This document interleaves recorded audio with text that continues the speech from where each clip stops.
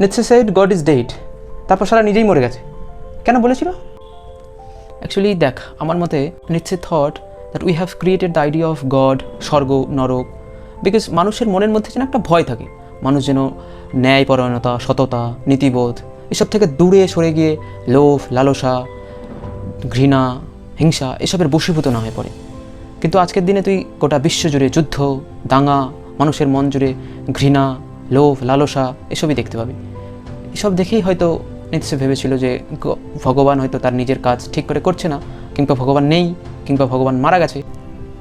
একটা উৎকৃষ্ট উদাহরণ দিই, অযোধ্যার রাম মন্দির থেকে চাঁদা চুরির ঘটনা। তা থেকে প্রমাণ হয় যে মানুষের মনের মধ্যে ভগবানের ভয় নেই।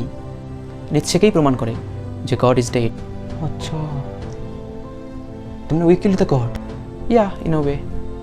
You can say that. Huh, I was not even born. Done it.